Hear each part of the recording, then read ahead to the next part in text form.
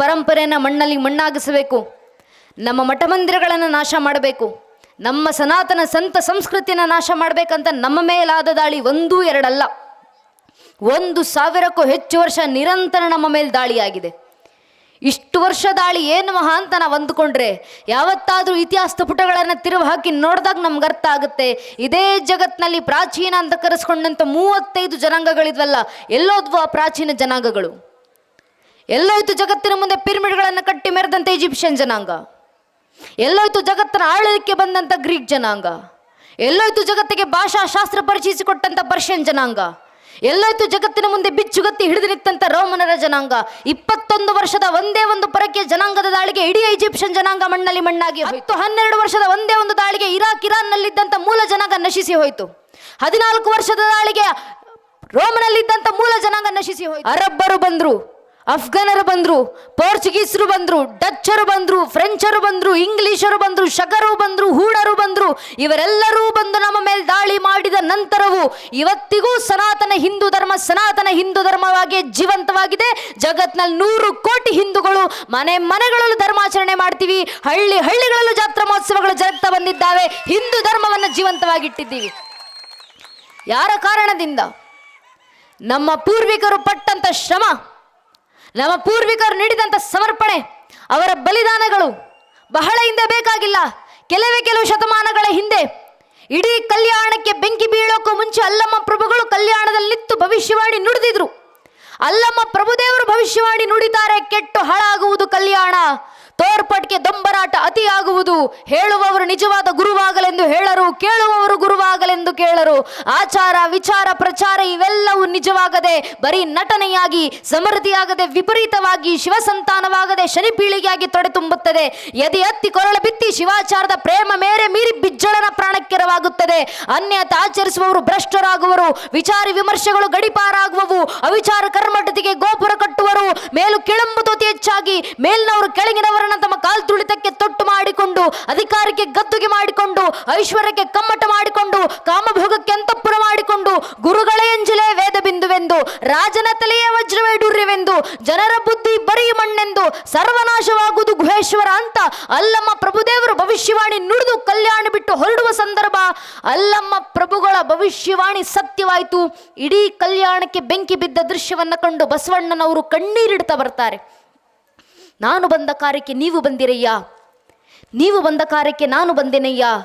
ಕಲ್ಯಾಣ ಪ್ರಣತಿ ಆಯಿತು, ನಾನು ತೈಲವಾದೆ, ನೀವು ಬತ್ತಿಯಾದಿರಿ, ಪ್ರಭುದೇವರು ಜ್ಯೋತಿಯಾದರು. ಪ್ರಣತೆ ಒಡೆಯಿತಯ್ಯ, ತೈಲ ಚಲ್ಲಿತಯ್ಯ, ಬತ್ತಿ ಜಾರಿತಯ್ಯ, ಜ್ಯೋತಿ ನೆಂದಿತಯ್ಯ, ನಿಮ್ಮ ಕೂಡಲ ಸಂಗಮ ದೇವ ಶರಣರ ಮನ ನೊಂದಿತಯ್ಯ. ಕಣ್ಣೀರಿಟ್ರು ಬಸವಣ್ಣನವರು. ಆಗಲೂ ಅಲ್ಲಮ್ಮ ಪ್ರಭುಗಳು ನಿಮಗಾದ್ರೂ ಶರಣರ ಬಾಂಧವ್ಯ, ನನಗೆ ಆ ಬಾಂಧವ್ಯವೂ ಇಲ್ಲ ಅಂತ ಎಲ್ಲವನ್ನು ತೊರೆದು ದೇಶಾಂತರ ಹೊರಡುವಂಥ ಸಂದರ್ಭ. ಆ ಸಮಯಕ್ಕೆ ಇಡೀ ಕಲ್ಯಾಣಕ್ಕೆ ಬೆಂಕಿ ಬಿದ್ದು ಕಲ್ಯಾಣವೇ ಹೊತ್ತಿ ಉರಿತಾ ಇದ್ದಂಥ ಸಂದರ್ಭದಲ್ಲಿ ಕಲ್ಯಾಣದಲ್ಲಿದ್ದಂಥ ಯಾರೊಬ್ಬ ಶರಣರು ಮನೆಯಲ್ಲಿದ್ದಂಥ ಚಿನ್ನ ಬೆಳ್ಳಿ ವಜ್ರ ವೈಡೂರ್ಯ ರತ್ನ ಮುತ್ತು ಸಂಪತ್ತನ್ನು ರಕ್ಷಣೆ ಮಾಡ್ಕೊಂಡು ತರೋಣ ಯಾರೂ ಹೋಗಲಿಲ್ಲ. ಇಡೀ ಕಲ್ಯಾಣಕ್ಕೆ ಬೆಂಕಿ ಬಿದ್ದ ಸಮಯದಲ್ಲಿ ಕಲ್ಯಾಣದಲ್ಲಿದ್ದಂಥ ಒಬ್ಬೊಬ್ಬ ಶರಣರು ಮಡಿವಾಳ ಮಾಚಿದೇವರಿಂದ ಹಿಡಿದು ನೀಲಾಂಬಿಕೆ, ಗಂಗಾಂಬಿಕೆ, ಆಯ್ದಕ್ಕಿ, ಲಕ್ಕಮ್ಮ, ಸೂಳೆ, ಸಂಕವ್ವ, ಅಕ್ಕ ನಾಗಮ್ಮ, ಅಂಬಿಗರ, ಚೌಡಯ್ಯ, ಚನ್ನಬಸವಣ್ಣನವರವರೆಗೂ ಒಬ್ಬೊಬ್ಬ ಶರಣರು ತಮ್ಮ ಕೈಗೆ ಸಿಕ್ಕಂತ ವಚನಗಳ ತಾಳಿಗರಿಗಳನ್ನು ಗಂಟು ಮೂಟೆ ಕಟ್ಟಿ ಕೈಯಲ್ಲಿ ಹೊತ್ಕೊಂಡು ದಿಕ್ಕುಗಳಿಗೂ ಓಡೋಡಿ ಬಂದ್ರು. ಯಾಕೆ? ಜಗತ್ನಲ್ಲಿ ಏನು ಸುಟ್ಟು ನಾಶ ಆದ್ರೂ ಪರವಾಗಿಲ್ಲ, ನಮ್ಮ ಧರ್ಮ ಒಂದು ಸುಡುವಂತಿಲ್ಲ, ನಮ್ಮ ಪರಂಪರೆ ಸುಟ್ಟು ನಾಶ ಆಗುವಂತಿಲ್ಲ, ನಮ್ಮ ಸನಾತನ ಹಿಂದೂ ಧರ್ಮದ ಜೀವಂತಿಕೆಗೋಸ್ಕರ ನಮ್ಮ ಪೂರ್ವಿಕರು ನೀಡಿದಂಥ ಸಮರ್ಪಣೆಗಳಂತವು.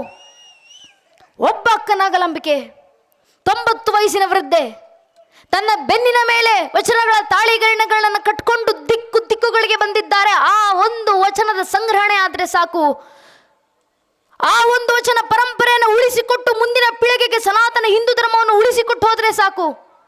ಒಬ್ಬ ಚನ್ನಬಸವಣ್ಣನವರು ಸಹ್ಯಾದ್ರಿ ಶಿಖರಕ್ಕೇರಿ ಅಲ್ಲಿ ಕೂತು ವಚನಗಳ ಸಂರಕ್ಷಣೆಯನ್ನು ಮಾಡಿ ಬಂದ್ರಲ್ಲ, ಒಬ್ಬರಾದ ನಂತರ ಒಬ್ಬರು ಅವರು ನೀಡಿದಂಥ ಸಮರ್ಪಣೆ. ಸನಾತನ ಹಿಂದೂ ಧರ್ಮ ನಮ್ಮ ಕೈಗೆ ಸೇರಿದೆ. ನಮ್ಮ ಕೈಲಿರುವಂಥ ಧರ್ಮ ಉಳಿಸಿ ಮುಂದಿನ ಪೀಳಿಗೆಗೆ ಹಸ್ತಾಂತರಿಸಿ ಹೋಗೋದು ನಮ್ಮ ಜವಾಬ್ದಾರಿ.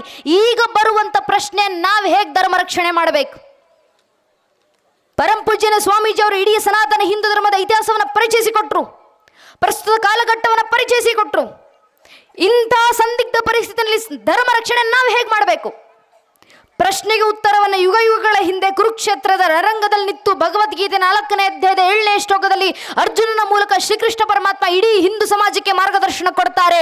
ಯದಾ ಯದಾ ಈ ಧರ್ಮಸ್ಯ ಗ್ಲಾನಿರ್ಭವತಿ ಭಾರತಃ ಅಭ್ಯುತ್ಥಾನಮ ಧರ್ಮಸ್ಯ ತದಾತ್ಮಾನುಜಾಮ್ಯಹಂ ಪರಿತ್ರಾಣಾಯ ಸಾಧುನ ವಿನಾಶ ದುಷ್ಕೃತ ಧರ್ಮ ಸಂಸ್ಥಾಪನಾರ್ಥಾಯ ಸಂಭವಾಮಿ ಯುಗೆ ಯುಗೆ ಅಂತ ಯುಗ ಯುಗಕ್ಕೂ ಧರ್ಮ ರಕ್ಷಣೆ ನಾನೇ ಅವತರಿಸಿ ಬರ್ತೀನಿ. ಕೃಷ್ಣ ಪರಮಾತ್ಮ ಕೊಟ್ಟಂತ ಕರೆ. ಆದರೆ ಕಲಿಯುಗದಲ್ಲಿ ಧರ್ಮ ರಕ್ಷಣೆಗೆ ಯಾವ ಅವತಾರ? ಕೃಷ್ಣ ಪರಮಾತ್ಮ ಹೇಳ್ತಾರೆ ಕಲಿಯುಗದ ಅಂತ್ಯದಲ್ಲಿ ಕಲಿಕೆ ಅವತಾರ. ಆದರೆ ಕಲಿಯುಗ ನಡೀತಾ ಇರಬೇಕಾದ್ರೆ ಕಲಿಯುಗದೊಳಗೆ ದೇಶ ಧರ್ಮ ರಕ್ಷಣೆಗಿರೋದು ಒಂದೇ ಒಂದು ಅವತಾರ, ಅದು ಸಂಘೇ ಶಕ್ತಿ ಕಲಿಯುಗೆ. ಸಂಘಟಿತ ಬಲದಿಂದ ಮಾತ್ರ ಕಲಿಯುಗದಲ್ಲಿ ಧರ್ಮ ರಕ್ಷಣೆ ಆಗ್ಲಿಕ್ಕೆ ಸಾಧ್ಯ. ಆದ್ರಿಂದ ಸಂಘಟಿತರಾಗಿ ಬನ್ನಿ ಹಿಂದೂ ಸಮಾಜ. ಆದರೆ ನಮ್ಮ ದೌರ್ಭಾಗ್ಯ ಇವತ್ತು ಒಬ್ಬ ಹಿಂದುವಿನ ಮುಂದೆ ನಿಂತು ನೀನು ಯಾರಪ್ಪ, ನೀನು ಯಾವ ಸಮಾಜಕ್ಕೆ ಸೇರಿದವನು, ನಿನ್ನ ಪರಿಚಯ ಏನು ಅಂತ ಕೇಳಿದ್ರೆ ಹಿಂದುವಿನ ಬಾಯಿನಲ್ಲಿ ಧರ್ಮದ ಹೆಸರು ಬರೋಕ್ಕೂ ಮುಂಚೆ ಜಾತಿ ಹೆಸರು ಬಂದಿರುತ್ತೆ. ಒಬ್ಬ ಹಿಂದೂ ಆಗೋಕೆ ಮುಂಚೆ ಒಬ್ಬ ಹಿಂದೂ ಬ್ರಾಹ್ಮಣ ಆಗ್ತಾರೆ, ಒಬ್ಬ ಹಿಂದೂ ಲಿಂಗಾಯತರಾಗ್ತಾರೆ, ಒಬ್ಬ ಹಿಂದೂ ಕುರುಬರಾಗ್ತಾರೆ, ಒಬ್ಬ ಹಿಂದೂ ಗೌಡ್ರಾಗ್ತಾರೆ, ಒಬ್ಬ ಹಿಂದೂ ನಾಯಕ್, ಒಬ್ಬ ಹಿಂದೂ SC, ಒಬ್ಬ ಹಿಂದೂ ST, ಒಬ್ಬ ಹಿಂದೂ ಶೆಟ್ಟಿ, ಒಬ್ಬ ಹಿಂದೂ ಪೂಜಾರ್, ಒಬ್ಬ ಹಿಂದೂ ಮರಾಠ, ಒಬ್ಬ ಹಿಂದೂ ಬನಿಯಾ, ಒಬ್ಬ ಹಿಂದೂ ಜಾಟ್, ಒಬ್ಬ ಹಿಂದೂ ಮಹಾರ್, ಒಬ್ಬ ಹಿಂದೂ ರಾಜ್ಪೂತ್, ಒಬ್ಬ ಹಿಂದೂ ಮೊಗವೀರ. ಹಿಂದೂ ಆಗೋದು ಯಾವಾಗ? ನಾವು ಹಿಂದೂಗಳ ಅರ್ಥ ಮಾಡ್ಕೊಳ್ಬೇಕು. ನಮ್ಮ ಜಾತಿ ಯಾವುದೇ ಇರಲಿ, ಆ ಜಾತಿಗಳ ಮೇಲೆ ನಾವಿಟ್ಟಿರುವಂತ ಜಾತಿ ಪ್ರೇಮ ಎಷ್ಟೇ ವಿಶಾಲವಾಗಿರ್ಲಿ, ನಮ್ಮ ಜಾತಿ ನಮ್ಮನೆಯ ದೇವ್ರ ಕೋಣೆ ಒಳಗೆ ಸೀಮಿತವಾಗಿರ್ಬೇಕು. ನಮ್ಮ ರಾಜಕೀಯ ಆಸಕ್ತಿ ಯಾವುದೇ ಇರಲಿ, ನೀವು ಯಾವ ರಾಜಕೀಯ ಪಕ್ಷಕ್ಕೆ ಬೇಕಾದ್ರೂ ಕೆಲಸ ಮಾಡ್ಕೊಳ್ಳಿ, ನಿಮ್ಮನ್ನ ನೀವು ಯಾವ ರಾಜಕೀಯ ಪಕ್ಷದ ಕಾರ್ಯಕರ್ತ ಅಂತ ಬೇಕಾದ್ರೂ ಹೇಳ್ಕೊಂಡು ತಿರುಗಾಡಿ. ಆದ್ರೆ ನಮ್ಮ ರಾಜಕೀಯ ಆಸಕ್ತಿ ನಮ್ಮ ಮನೆ ಬಾಗಿಲಿನ ಒಳಗೆ ಸೀಮಿತವಾಗಿರಬೇಕು. ಪ್ರತಿಯೊಬ್ಬ ಹಿಂದೂ ತನ್ನ ಮನೆಯ ದೇವ್ರ ಕೋಣೆ ದಾಟಿ ಮನೆಯ ವಸ್ತು ಬಿಟ್ಟು ಹೊರಗೆ ಬರಬೇಕಾದ್ರೆ ಜಾತಿ, ಉಪಜಾತಿ, ಮತ, ಪಂಥ, ಪಂಗಡ, ಕುಲ, ಗೋತ್ರ, ರಾಜಕೀಯ ಆಸಕ್ತಿ, ತತ್ವ, ಸಿದ್ಧಾಂತ ಎಲ್ಲವನ್ನ ಬದಿಗಿಟ್ಟು ಹೆಗಲ ಮೇಲೆ ಒಂದು ಕೇಸರಿ ಶಾಲು, ಹಣೆ ಮೇಲೆ ಕೇಸರಿ ತಿಲಕ ಇಟ್ಕೊಂಡು ನಾವೆಲ್ಲ ಹಿಂದೂ, ನಾವೆಲ್ಲ ಒಂದು ಅನ್ನೋ ಭಾವನೆ ಮನೆ ಬಿಟ್ಟಾಗ ಮಾತ್ರ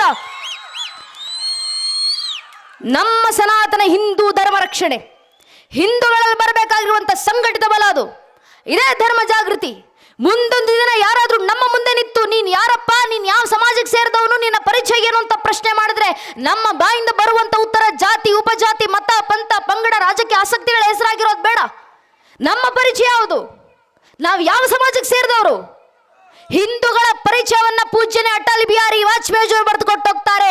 ವಾಜಪೇಯಿಯವರು ಬರೀತಾರೆ, ಮೇ ಶಂಕರ್ का वह क्रोध ललकर सकता जग को क्षार क्षार, मैं डमरू का वह प्रलयंकार ध्वनि जिसमें निश्चित भीषण संहार, मैं माँ दुर्गा का उन्मत्त हास, मैं माँ काली का शस्त्राभ्यास, मैं यम की प्रलयंकारी पुकार, अगर अंतरतम की अग्नि से जगती में आग लगा दूं मैं, यदि ददकुटे जड़ स्थलंबर जड़ चेतन तो कैसा विस्मय, हिंदू तन मन हिंदू जीवन रग रग हिंदू मेरा ಪರಿಚಯ ಅಂತ ಅಟಲ್ ಬಿಹಾರಿ ವಾಜಪೇಯಿ ಬರೆದುಕೊಟ್ಟೋಗ್ತಾರಲ್ಲ, ಅದು ನಮ್ಮತನದ ಪರಿಚಯ. ಇದು ಧರ್ಮ ಜಾಗೃತಿ, ಇದು ಧರ್ಮ ಸಂಘಟನೆ. ಈ ಜಾಗೃತಿ ಎಲ್ಲಿ ಶುರುವಾಗಬೇಕು? ಧರ್ಮ ಸಂಘಟನೆ ಎಲ್ಲಿಗೆ ಬರಬೇಕು? ಮನೆಗಳಿಂದ ಧರ್ಮ ಜಾಗೃತಿ ಶುರುವಾಗಬೇಕು. ಮನೆಗಳಿಂದ ಧರ್ಮ ಸಂಘಟನೆ ಶುರುವಾಗಬೇಕು. ಮನೆಗಳಲ್ಲಿ ಧರ್ಮ ಜಾಗೃತಿ ಆಗೋದಂದ್ರೇನು? ಹಿಂದೂ ಮನೆಯಲ್ಲಿ ಹುಟ್ಟು ಬರುವಂತ ಒಂದೊಂದು ಹಿಂದೂ ಮಗು ಪ್ರಭು ಶ್ರೀರಾಮಚಂದ್ರಂತೆ ಹುಟ್ಟಿ ಬರಬೇಕು. ಹಿಂದೂ ಮಣ್ಣಲ್ಲಿ ಬೆಳೆಯುವಂತ ಒಬ್ಬೊಬ್ಬ ಹೆಣ್ಣು ಮಗಳು ತಾಯಿ ಸೀತಾಮಾತೆ ಆದರ್ಶದಲ್ಲಿ ಬೆಳೆದು ಬರಬೇಕು. ಆದರೆ ಮನೆಗಳಲ್ಲಿ ಪ್ರಭು ಶ್ರೀರಾಮಚಂದ್ರಂತ ಮಕ್ಕಳು ಹುಟ್ಟಿ ಬರಬೇಕಂದ್ರೆ ಮನೆಯಲ್ಲಿರುವಂಥ ಒಬ್ಬೊಬ್ಬ ತಾಯಿ ಕೌಶಲ್ಯ ಆದಾಗ ಮಾತ್ರ ಅದು ಸಾಧ್ಯ ಆಗೋದು. ಆದ್ರಿಂದ ತಾಯಿಂದ್ರು ಜಾಗೃತರಾಗಿ ಮನೆಯ ಮಕ್ಕಳನ್ನು ಜಾಗೃತಗೊಳಿಸಿ, ಮಕ್ಕಳ ಧರ್ಮ ಬೋಧನೆಯನ್ನು ತುಂಬಿಸಿ. ಯಾವುದೋ ಮೂಲಕ ಮಕ್ಕಳ ಧರ್ಮ ಬೋಧನೆ ತುಂಬಿಸ್ತೀರಾ? ಧರ್ಮ ಗ್ರಂಥಗಳ ಮೂಲಕ. ನಿಮ್ಮಿಂದ ಸಾಧ್ಯವಾದರೆ ದಯವಿಟ್ಟು ಮಕ್ಕಳಿಗೆ ಧರ್ಮ ಗ್ರಂಥಗಳ ಪರಿಚಯ ಮಾಡಿಕೊಡಿ. ಆಗ್ಲಿಲ್ವಾ? ನಮಗೆ ವೇದೋಪನಿಷತ್ಗಳ ಪಾಠ ಆಗಿಲ್ಲಮ್ಮ, ರಾಮಾಯಣ ಮಹಾಭಾರತ ಅಂತ ಇತಿಹಾಸವನ್ನು ಓದಿ ಹೇಳುವಷ್ಟು ಸಮಯ ನಮಗಿಲ್ಲ. ಕನಿಷ್ಠ ಪಕ್ಷ ಭಗವದ್ಗೀತೆಯಲ್ಲಿರುವಂಥ ಶ್ಲೋಕಗಳನ್ನು ಮಕ್ಕಳಿಂದ ಹೇಳಿಸ್ಲಿಕ್ಕೆ ನಮಗೆ ಸಾಧ್ಯ ಇಲ್ಲ ಅಂತ ನಿಮಗನಿಸಿದ್ರೆ ಪರವಾಗಿಲ್ಲ. ಸಾಧ್ಯವಾದರೆ ಮಕ್ಕಳಿಗೆ ಧರ್ಮ ಗ್ರಂಥಗಳನ್ನು ಪರಿಚಯ ಮಾಡಿಕೊಡಿ. ಆಗ್ಲಿಲ್ವಾ? ಕನಿಷ್ಠ ಪಕ್ಷ ವಾರಕ್ಕೆ ಒಂದು ದಿನ ಮನೆ ಮಕ್ಕಳನ್ನು ಕರ್ಕೊಂಡು ದೇವಸ್ಥಾನಕ್ಕೆ ಬನ್ನಿ, ದೇವಸ್ಥಾನದಲ್ಲಿ ಕೂರಿಸಿ ಮಕ್ಕಳ ಬಾಯಿಂದ ಭಜನೆಗಳನ್ನು ಹಾಡಿಸಿ ಸಾಕು. ಆ ಮಗುವಿನಲ್ಲಿ ತನ್ನಿಂತಾನೇ ಧರ್ಮ ಜಾಗೃತಿ ಆಗುತ್ತೆ. ಇವತ್ತು ಹಿಂದೂ ಮನೆ ಪೋಷಕರು ಮಾಡಬೇಕಾಗಿರುವಂಥ ಮೊಟ್ಟ ಮೊದಲ ಕೆಲಸ ಇದು. ಮನೆಯ ಮಕ್ಕಳನ್ನು ದೇವಸ್ಥಾನಕ್ಕೆ ಕರ್ಕೊಂಡು ಬರೋದು. ಆ ಕೆಲಸ ಹಿಂದೂ ಸಮಾಜ ಮಾಡಲಿಲ್ಲ. ನಮ್ಮ ಹಿಂದೂ ಪೋಷಕರಲ್ಲೇ ಒಂದು ಪ್ರಶ್ನೆ, ನಮ್ಮ ಮಕ್ಳ್ಯಾಕೆ ದೇವಸ್ಥಾನಕ್ಕೆ ಹೋಗಬೇಕು, ನಮ್ಮ ಮಕ್ಳ್ಯಾಕೆ ಭಜನೆ ಹಾಡಬೇಕು, ನಮ್ಮ ಮಕ್ಕಳಿಗೆ ಯಾಕೆ ವಚನ, ದಾಸರ ಕೀರ್ತನೆಗಳು, ಭಗವದ್ಗೀತೆ ಶ್ಲೋಕ, ನಮ್ಮ ಮಕ್ಕಳನ್ನ ಕಾನ್ವೆಂಟ್ ಕಳಿಸ್ತಿದ್ದೀವಲ್ಲ, ಲಕ್ಷ ಲಕ್ಷ ಫೀಸ್ ಕಟ್ತಿದ್ದೀವಿ, ಮಕ್ಕಳು 40-50 ಸಾವಿರ ಸಂಬಳ ತಗೊಂಡು ಜೀವನದಲ್ಲಿ ಸೆಟ್ಲ್ ಆದ್ರೆ ಸಾಕಲ್ವಪ್ಪ, ಇದಕ್ಕಿಂತ ಜೀವನ ಏನಿದೆ, ದೇಶ ಧರ್ಮ ಕಟ್ಕೊಂಡು ನಮ್ಮ ಮಕ್ಕಳಿಗೇನು ಅನ್ನೋ ಪ್ರಶ್ನೆ ಹಿಂದೂ ಪೋಷಕರಲ್ಲೇ. ಯಾಕೆ ಮಕ್ಕಳನ್ನ ದೇವಸ್ಥಾನಗಳಿಗೆ ಕರ್ಕೊಂಡು ಬರಬೇಕು, ಯಾಕೆ ಮಕ್ಕಳಿಗೆ ಭಜನೆಗಳನ್ನು ಕಲಿಸಬೇಕು, ಧರ್ಮ ಸಂಸ್ಕಾರ ಕೊಡಬೇಕು, ಧರ್ಮ ಗ್ರಂಥಗಳ ಪರಿಚಯ ಮಾಡಿಕೊಡ್ಬೇಕಂತ ಹೇಳ್ತಿರೋದಂದ್ರೆ ದೇಶ ರಕ್ಷಣೆಗಲ್ಲ ಸ್ವಾಮಿ, ಧರ್ಮ ರಕ್ಷಣೆಗೂ ಅಲ್ಲ, ಕನಿಷ್ಠ ಪಕ್ಷ ಸ್ವಾರ್ಥಕ್ಕೋಸ್ಕರ. ನಮ್ಮದೇ ಕರ್ನಾಟಕದ ಬೆಳಗಾವಿ ಆಸ್ಪತ್ರೆಯಲ್ಲಿ ದುರಾದೃಷ್ಟವಶಾತ್ ವೃದ್ಧರೊಬ್ಬರು ತೀರಿಕೊಂಡಿದ್ರು. ಆಸ್ಪತ್ರೆಯವರೆಲ್ಲ ಪೊಲೀಸರಿಗೆ ಫೋನ್ ಮಾಡಿದ್ರು, ನಮ್ಮ ಆಸ್ಪತ್ರೆಯಲ್ಲಿ ಅಡ್ಮಿಟ್ ಆಗಿದ್ದಂಥ ವೃದ್ಧರು ತೀರಿಕೊಂಡಿದ್ದಾರೆ ಸರ್, ಇಷ್ಟು ದಿನ ಅವರನ್ನು ನೋಡ್ಕೊಂತಿದ್ದಂಥ ಹುಡುಗ ಪರಾರಿಯಾಗಿದ್ದಾನೆ, ಫೋನ್ ಮಾಡಿದ್ರೆ ಫೋನ್ ಎತ್ತಿತ್ತಲ್ಲ, ಏನು ಮಾಡಬೇಕು ಬಂದು ನೋಡಿ ಅಂತ. ಪೊಲೀಸರೆಲ್ಲ ಆಸ್ಪತ್ರೆಗೆ ಧಾವಿಸಿ ಬಂದರು. ಆ ವೃದ್ಧರ ಡಾಕ್ಯುಮೆಂಟ್ಸ್ ಏನಿದ್ದಾವೆ ಆಸ್ಪತ್ರೆಯವರ ಹತ್ರ ಎಲ್ಲ ತೆಗೆಸಿದ್ರು. ಅವರ ಅಡ್ರೆಸ್ ಹುಡ್ಕೊಂಡೋಗಿ ಅಕ್ಕಪಕ್ಕದ ಮನೆಯವರ ಹತ್ರ ನಿಂತು ಕೇಳಿದ್ರು, ನಿಮ್ಮ ಪಕ್ಕದ ಮನೆಯಲ್ಲಿದ್ದಂಥ ವೃದ್ಧರ ನಮ್ಮ ಆಸ್ಪತ್ರೆಗೆ ಅಡ್ಮಿಟ್ ಆಗಿದ್ರು, ದುರಾದೃಷ್ಟವಶಾತ್ ಆಸ್ಪತ್ರೆಯಲ್ಲಿ ತೀರಿಕೊಂಡಿದ್ದಾರೆ, ಅವರಿಗೆ ಮಕ್ಕಳು, ಮೊಮ್ಮಕ್ಕಳು, ನೆಂಟಸ್ಥರು, ಕುಟುಂಬಸ್ಥರು, ಸಂಬಂಧಿಕರು, ಬಂಧು ಬಾಂಧವರು, ಮನೆಯವರಂತನಾದ್ರೂ ಜಗತ್ನಲ್ಲಿ ಯಾರಾದರೂ ಇದ್ರ? ಅಕ್ಕಪಕ್ಕದ ಮನೆಯವರು ಸಹಜವಾಗಿ ಉತ್ತರ ಕೊಟ್ಟರು, ಹೌದು ಸರ್, ಅವ್ರಿಗಿಬ್ರು ಮಕ್ಕಳಿದ್ರು, ಒಬ್ಬ ಮಗ ಅಮೇರಿಕಾದಲ್ಲಿದ್ದಾನೆ, ಒಬ್ಬ ಮಗಳು ಕೆನಡಾದಲ್ಲಿದ್ದಾಳೆ ಸರ್, ಇಬ್ಬರು ಮಕ್ಕಳು ವಿದೇಶ. ಸರಿ, ಇಬ್ಬರು ಮಕ್ಕಳು ಫೋನ್ ನಂಬರ್ ಹುಡುಕಿ ಅವರ ಫೋನ್ ನಂಬರ್ ತೆಗೆಸ್ಕೊಂಡು ಪೊಲೀಸರು ಮಕ್ಕಳಿಗೆ ಫೋನ್ ಮಾಡಿ ವಿಷಯ ತಲುಪಿಸ್ತಾರೆ. ಭಾರತದಲ್ಲಿಂದ ನಿಮ್ಮ ತಂದೆ ಆಸ್ಪತ್ರೆಗೆ ಅಡ್ಮಿಟ್ ಆದವರು ದುರಾದೃಷ್ಟವಶಾತ್ ಆಸ್ಪತ್ರೆಯಲ್ಲಿ ತೀರಿಕೊಂಡಿದ್ದಾರಮ್ಮ, ದಯವಿಟ್ಟು ವಾಪಸ್ ಭಾರತಕ್ಕೆ ಬನ್ನಿ, ನಿಮ್ಮ ತಂದೆ ಅಂತ್ಯ ಸಂಸ್ಕಾರ ಮುಗಿಸ್ಕೊಂಡು ಹೋಗಿ. ಮಗ ಅಮೇರಿಕಾ, ಮಗಳು ಕೆನಡಾ, ಇಬ್ಬರು ಮಕ್ಕಳು ಫೋನ್ನಲ್ಲಿ ಪೊಲೀಸರಿಗೆ ವಾಪಸ್ ಉತ್ತರ ಕೊಡ್ತಾರೆ, ವಿದೇಶದಿಂದ ಭಾರತಕ್ಕೆ ಬರೋಷ್ಟು ಪುರ್ಸತ್ ನಮಗಿಲ್ಲ, ನಮ್ಮಪ್ಪನ ಶವ ತಗೊಂಡೋಗಿ ಎಲ್ಲಾದರೂ ಬಿಸಾಡಿ ಅಂತ. ನಮ್ಮದೇ ಕರ್ನಾಟಕದ ಬೆಳಗಾವಿನಲ್ಲಿ ಕೆಲವು ಸಮಯದ ಹಿಂದೆ ನಡೆದಂಥ ಘಟನೆ. ಯಾಕಿಂತ ಘಟನೆಗಳು ಸಮಾಜದಲ್ಲಿ ಘಟಿಸ್ತಿದ್ದಾವೆ, ಯಾಕಿಂತ ಸಂದರ್ಭಗಳು ಜಗತ್ತಿನಲ್ಲಿ ನಿರ್ಮಾಣ ಆಗ್ತಿದ್ದಾವೆ? ಒಂದೇ ಒಂದು ಕಾರಣ, ಮನೆಯಲ್ಲಿ ಸಂಸ್ಕಾರದ ಕೊರತೆ. ಅದೇ ಮನೆ ಮಕ್ಕಳಿಗೆ ಶಾಲೆ ಶಿಕ್ಷಣದ ಜೊತೆಗೆ 5ನೇ ತರಗತಿಯಿಂದ ರಾಮಾಯಣ, 10ನೇ ತರಗತಿಯಿಂದ ಮಹಾಭಾರತ, 12ನೇ ತರಗತಿಯಿಂದ ಭಾಗವತ, ಇಡೀ ಜೀವನಕ್ಕೆ ಬೇಕಾದಷ್ಟು ಶರಣರ ವಚನಗಳು, ದಾಸರ ಕೀರ್ತನೆಗಳು, ಭಗವದ್ಗೀತೆ ಶ್ಲೋಕಗಳನ್ನು ಮಕ್ಕಳ ಬಾಯಿಂದ ಹೇಳಿಸಿ ಬೆಳೆಸಿ ಸಾಕು.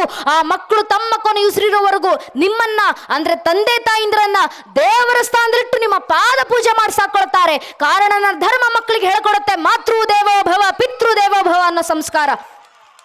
ಆ ಸಂಸ್ಕಾರ ಸ್ವಾರ್ಥಕ್ಕೋಸ್ಕರನಾದರೂ ನಮ್ಮನೆ ಮಕ್ಕಳಿಗೆ ನಾವು ನೀಡಲಿಲ್ಲ ಅಂದರೆ ಇನ್ಯಾರು ನೀಡಬೇಕು?